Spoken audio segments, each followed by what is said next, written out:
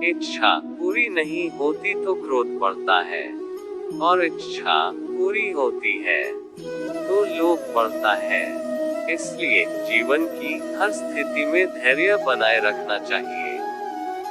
हमेशा छोटी छोटी गलतियों से बचने की कोशिश किया करो, क्योंकि इंसान पहाड़ों से नहीं पत्थरों से ठोकर खाता है। शांति से भी दुखों का अंत हो जाता है, और शांत चित्त मनुष्य की बुद्धि शीघ्र ही स्थिर होकर परमात्मा से युक्त हो जाती है। अपनी पीड़ा के लिए संसार को दोष मत दो। अपने मन को समझाओ, तुम्हारे मन का परिवर्तन ही तुम्हारे दुखों का अंत है। अगर तुम अपना कल्याण चाहते हो तो सभी उपदेशों सभी धर्मों को छोड़कर मेरी शरण में आ जाओ, मैं तुम्हें मुक्ति प्रदान करूंगा। जो हुआ अच्छा हुआ, जो होगा अच्छा होगा। स्वयं को मुझ पर छोड़ दो, अपने कर्म पर ध्यान दो। कर्म ऐसा जो स्वार्थ रहित पाप रहित हो। कृष्ण ने दुष्टों को भी अपनी गलती सुधारने का मौका दिया, क्योंकि वो किसी मनुष्य को नहीं, उसके अंदर की बुराई को मारना चाहते थे। संदेह की स्याही से संबंध के पृष्ठ पर कभी शुभ अंकित नहीं होता।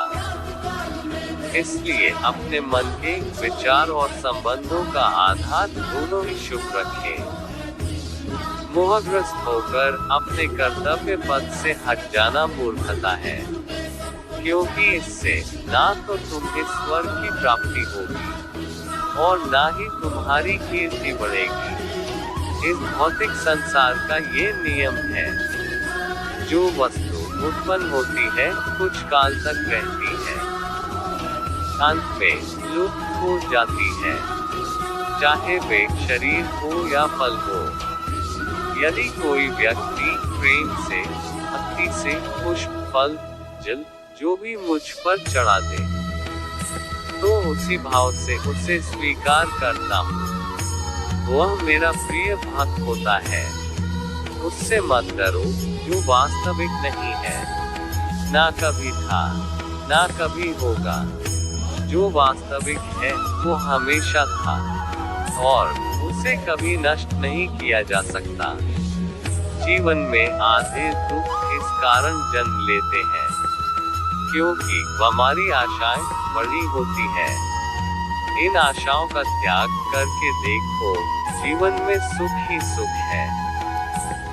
अपने परम भक्तों जो हमेशा मेरा स्मरण या चित मन से मेरी पूजन करते हैं, मैं व्यक्तिगत रूप से उनके कल्याण का उत्तरदायित्व लेता हूँ। जन्म लेने वाले के लिए मृत्यु उतनी ही निश्चित है जितना कि मृत होने वाले के लिए जन्म लेना।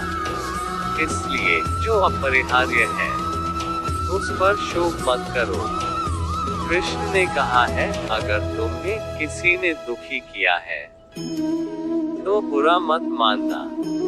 लोग उसी पेड़ पर पत्थर मारते हैं जिस पेड़ पर ज्यादा मीठे फल होते हैं। अंत काल में जो मनुष्य मेरा स्मरण करते हुए देह त्याग करता है, वह मेरी शरण में आता है। इसलिए मनुष्य को चाहिए कि अंत काल में मेरा चिंतन करे।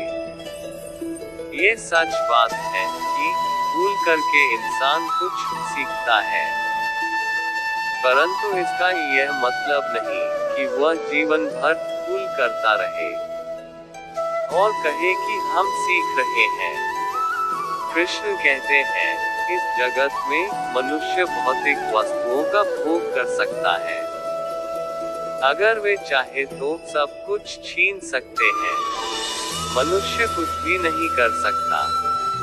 स्वार्थ से रिश्ते बनाने की कितनी भी कोशिश करे, वो कभी नहीं बनते हैं, और प्रेम से बने रिश्तों को कितना भी बतोड़ने की कोशिश करे, वो कभी नहीं टूटते। क्रोध से भ्रम पैदा होता है, भ्रम से बुद्धि व्यग्र होती है। जब बुद्धि व्यग्र होती है तब तर्क नष्ट हो जाता है। जब तर्क नष्ट होता है, तब व्यक्ति का पतन हो जाता है। आत्मा न तो जन्म लेती है, न कभी मरती है, और न ही इसे कभी जलाया जा सकता है, न ही पानी से गीला किया जा सकता है। आत्मा अमर और अविनाशी है। अगर व्यक्ति शिक्षा से पहले संस्कार, व्यापार से पहले व्यवहार और भगवान से पहले माता पिता को पहचान ले, तो जिंदगी में कभी कोई कठिनाई नहीं आएगी। विषयों का चिंतन करने से विषयों की आसक्ति होती है, आसक्ति से इच्छा उत्पन्न होती है और इच्छा से क्रोध होता है, क्रोध से सम्मोहन और अविवेक उत्पन्न होता है। कृष्ण कहते हैं, जैसे प्राणी अपने पुराने कपड़ों उतार कर फेंक देता है, नए को धारण करता है, उसी प्रकार यह आत्मा पुराने शरीर से त्याग करके नया शरीर प्राप्त करती है। उसके लिए शोक करते हो जो शोक करने के योग्य नहीं, और फिर भी ज्ञान की बातें करते हो। बुद्धिमान व्यक्ति ना जीवित और ना ही मृत व्यक्ति के लिए शोक करते हैं। मन की गतिविधियों, होश, श्वास और भावनाओं के माध्यम से भगवान की शक्ति सदा तुम्हारे साथ है और लगातार तुम्हें बस एक साधन की तरह प्रयोग कर सभी कार्य कर रही है। हर किसी के अंदर अपनी ताकत और अपनी कमजोरी होती है। मछली जंगल में नहीं दौड़ सकती और शेर पानी में राजा नहीं बन सकता, इसलिए अहमियत सभी को देनी चाहिए। धर्म युद्ध धर्म में कोई भी व्यक्ति निष्पक्ष नहीं रह सकता है। युद्ध में जो व्यक्ति धर्म के साथ नहीं खड़ा है, इसका मतलब है वह अधर्म का साथ दे रहा है, वह अधर्म के साथ खड़ा है।